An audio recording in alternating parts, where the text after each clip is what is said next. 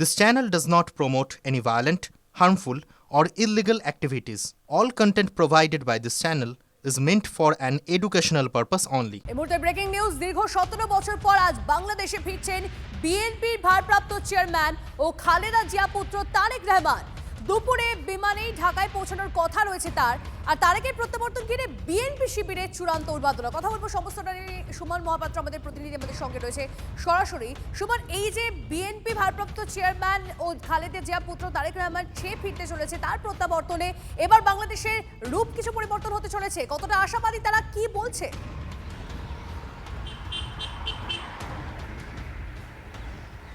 দেখো, বাংলাদেশের প্রধান দুটো দল আওয়ামী লীগ আর বিএনপি।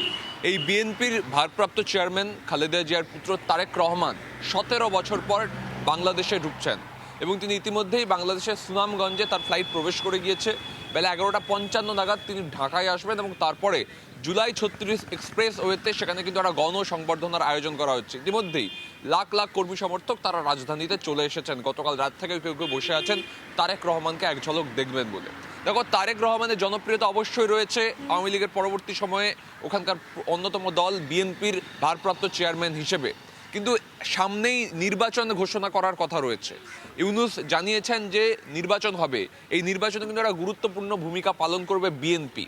দেখো, কট্টরপন্থী উগ্রপন্থীরা যেভাবে বাংলাদেশের তাণ্ডব চালাচ্ছে, সেখানে বাংলাদেশের সরকারে কে আসবে এটা একটা বড় প্রশ্নচিহ্ন। বিএনপি চাইবে দ্রুত নির্বাচন করতে এবং অন্তর্বর্তী সরকারের পতন ঘটিয়ে তারা যাতে সরকারে আসতে পারে সেই ব্যবস্থা করতে। সেই জায়গায় তারেক রহমানের 17 বছর পর দেশে ফেরা নিঃসন্দেহে কর্মী সমর্থকদের মধ্যে একটা উচ্ছ্বাস যোগাবে। তবে নির্বাচন কি আদৌ হবে? নির্বাচনের দিকে কি বাংলাদেশ এগোবে? তারেক কি নির্বাচন আদৌ হবে কিনা, এই উচ্ছৃঙ্খল পরিস্থিতি হয়ে রয়েছে বাংলাদেশে, সেখানে দাঁড়িয়ে এই প্রত্যাবর্তনের পর কি রূপ বদলায় বাংলাদেশে, আদৌ বদলায় কিনা অবশ্যই আমাদের নজর থাকবে। অনেক ধন্যবাদ সময়।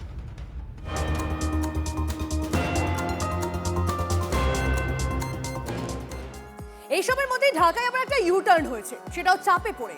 ঘরে বাইরে প্রবল চাপের মুখে আল কায়দা ঘনিষ্ঠ নেতা আতাউর রহমান বিক্রমপুরীকে গ্রেপ্তার করতে বাধ্য হলো ইউনূস সরকার। আতাউর রহমান বিক্রমপুরীকে নরসিংদী থেকে গ্রেপ্তার করে ঢাকা মহানগর গোয়েন্দা পুলিশ তার বিরুদ্ধে ছায়ানট, উদীচী, বঙ্গবন্ধুর বাড়িতে হামলার নেতৃত্ব দেওয়ার অভিযোগ। বিক্রমপুরী পরিচিত আল কায়দা ঘনিষ্ঠ ও উগ্রপন্থী নেতা হিসেবে অতীতে বহুবার ভারতের বিরুদ্ধে জিহাদের উস্কানি দিয়েছে এই বিক্রমপুরী। প্রধানমন্ত্রী নরেন্দ্র মোদী ও ইসকন সদস্যদের খুনের ডাক দেওয়ার দীর্ঘদিন পর গ্রেপ্তার এই কট্টরপন্থী নেতা। বিক্রমপুরী আল কায়দা ঘনিষ্ঠ ধর্মগুরু জসিমউদ্দিন রহমানের সহচর ও লস্করি তাইবা নেতা হারুন ইজহারের ঘনিষ্ঠ। তিনি জেলবন্দি জঙ্গিদের ইসলামিক স্কলার বলে মুক্তির দাবিতে প্রচার চালাচ্ছিল। বাংলাদেশে বিশৃঙ্খল পরিস্থিতি, নির্দ্বিধায় সেটা বলা যেতে পারে, এবং এই পরিস্থিতিতে প্রবল চাপে ইউনূস পদত্যাগ ঘনিষ্ঠ সহযোগী স্বরাষ্ট্র উপদেষ্টা খোদা বক্সের। হাদির খুনের পরে এই খোদা বক্সের ইস্তফার দাবিতে সরব হয়েছিল ইনকিলাব মঞ্চ। ইউনূস প্রশাসনের নীল নকশাতেই খুন করা হয়েছে হাদিকে, অভিযোগ করেছেন হাদির ভাই। এরপরই পদত্যাগ করেন ইউনূসের স্বরাষ্ট্র উপদেষ্টা খোদা বক্স চৌধুরী। ভোট ভেসে দিতেই হাদিকে খুনের অভিযোগ। হাদিকে খুনের চক্রান্ত হচ্ছে জেনেও নিরাপত্তা না দেওয়ার নির্দেশ দেন ইউনূসের বিশেষ উপদেষ্টা। তদন্তে নেমে তার বিরুদ্ধে এমনই তথ্য পেয়েছে গোয়েন্দারা। অভিযোগ এমন উঠছে যে বিশেষ উপদেষ্টার এই অভিসন্ধি সম্পর্কে জানতেন ইউনূসও। তাই কি নিজের গদি বাঁচাতে তড়িঘড়ি তাকে ইস্তফা দিতে বললেন ইউনূস? সেই প্রশ্নে ঘুরপাক খাচ্ছে পদ্মাপাড়ে। লকআপে বসে দুদিন অনশনের ডাক বাংলাদেশ উপদূতাবাস অভিযানে ধৃতদের। ওপারে হিন্দু নিধনের প্রতিবাদে কলকাতায় বাংলাদেশ উপদূতাবাস অভিযানে গ্রেপ্তার 99 জন। ধৃতদের মধ্যে 12 জনকে দুদিনের পুলিশ হেফাজত। দুদিন অনশনের ডাক পুলিশ হেফাজতে থাকা ধৃতদের। লকআপে বসেই দুদিন অনশন করবেন জানালেন ধৃতরা।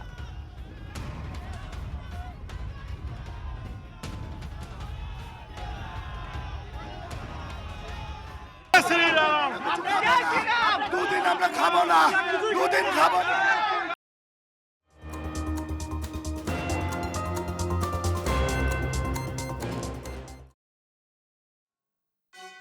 এদিকে বাংলার ভোটার তালিকায় আরো 10 জন বাংলাদেশি ধৃত। 10 বাংলাদেশির নাম তালিকা থেকে বাদের নির্দেশ। নাম বাদ দিতে কমিশনকে চিঠি। ফরেনার্স অফিসের অভিবাসনের সময় ধৃতদের থেকে মেলে জাল ভোটার কার্ড, এমনটাই জানা যাচ্ছে। শ্রাবন্তী আমাদের প্রতিনিধি আমাদের সঙ্গে রয়েছে। শ্রাবতীর থেকে আরো একটু ডিটেলস জানবো। শ্রাবতী, সংখ্যা কি এখন অব্দি 10 নাকি আরো বেশি থাকতে পারে বলে আশঙ্কা করা হচ্ছে? সংখ্যা অনেকটাই বেড়েছে বলা যেতে পারে, কারণ এই শুরুটা হয়েছিল এসআইআর পর্ব শুনানির আগে, এই এসআইআর পর্ব শুরু হওয়ার আগে থেকে। এবার দেখা যাচ্ছে যে যখন খসড়া তালিকা প্রকাশ হয়ে গেছে তারপরে এই 10 জনকে ধরা হয়েছে, যাদের কাছে এই ফরেনার রিজিওনাল রেজিস্ট্রেশন অফিস থেকে বক্তব্য রয়েছে যে তাদের কাছে জাল ভোটার কার্ড ছিল, তাদের কাছে পাসপোর্ট ছিল, পাসপোর্টটি বাংলাদেশের হওয়ার সন্দেহ হয় এবং তারপরে যাবতীয় তদন্ত করা হয়। আপাতত ভোটার লিস্ট নাম থেকে তাদের নাম বাদ দেওয়ার নির্দেশ দেওয়া হয়েছে। বেশ, ধন্যবাদ শ্রাবতী।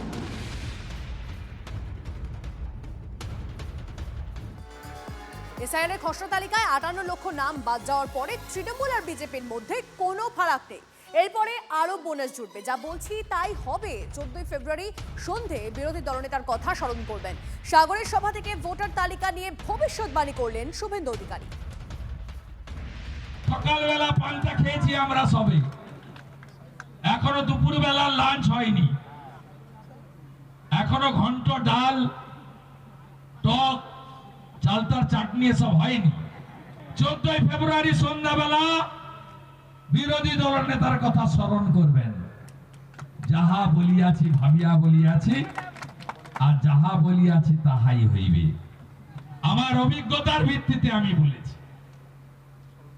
আমি বলছি 58 লক্ষ বাদ যাওয়ার পরে তৃণমূলের সঙ্গে বিজেপির কোনো গ্যাপ নেই। এরপরে তো আরো বোনাস পাবেন আপনারা। তৃণমূল মুখপাত্র অরূপ চক্রবর্তী এই মুহূর্তে আমাদের সঙ্গে রয়েছেন। অরূপ বাবু, শুভেন্দু অধিকারীর বক্তব্য, এসআইআর এর খসড়া তালিকায় 58 লক্ষ নাম বাদ যাওয়ার পর তৃণমূল আর বিজেপির মধ্যে কোনো ফারাক নেই, এরপরেও বোনাস বাকি রয়েছে এবং 14 ফেব্রুয়ারি সন্ধ্যাবেলা বিরোধী দলনেতার কথা মনে পড়বে। খুবই ভালো কথা। শুভেন্দু অধিকারী এইটুকু জানেন যে পশ্চিমবঙ্গ থেকে অনেক ছোট একটি রাজ্য, তার নাম হচ্ছে গুজরাট। পশ্চিমবঙ্গে 42টা আসন, গুজরাটে 26টা আসন। পশ্চিমবঙ্গে 58 লাখ মানুষের নাম বাদ গেছে, আর গুজরাটে 73 লক্ষ মানুষের নাম বাদ গেছে। তো গুজরাটে কাদের নাম বাদ গেল শুভেন্দু বাবু? আর পশ্চিমবঙ্গে যে 58 লাখ বাদ গেছে, এই কি যেন বলেছিল 1,20,00,000 রোহিঙ্গা মুসলমান, আপনাদের চ্যানেলই তো বলেছিল।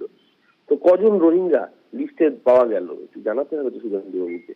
ও শুভেন্দু বাবু, কজন রোহিঙ্গা আইডেন্টিফাইড হলো এই 58 লাখের লিস্টে? একটু উত্তরটা দিয়ে যান। উল্টে যেটা করলেন যে বেছে বেছে টার্গেট করে মতুয়া সম্প্রদায়ের মানুষের নাম বাদ দেওয়া, তপশিলি জাতি উপজাতি। গতকালকে তো আমরা দেখলাম ভক্ত পাগল দলপতি গোসাই মতুয়া সম্প্রদায়ের মানুষ যখন শান্তনু ঠাকুরের বাড়িতে গিয়েছিলেন যে তাদের নাম বাদ গিয়েছে, তারা কোথায় যাবেন এই চিন্তা নিয়ে তাদেরকে বেধড়ক মারধর করা হলো। এই অসভ্যতামি বাংলার মানুষ বুঝিয়ে দেবে এবং বিজেপির দিবাস্বপ্ন ঘুচিয়ে দেবে। 2026 27টা আসন জুটবে না। 21-এ তো 77টা আসন পেয়েছিল, 26-এ 27টা আসন জুটবে না।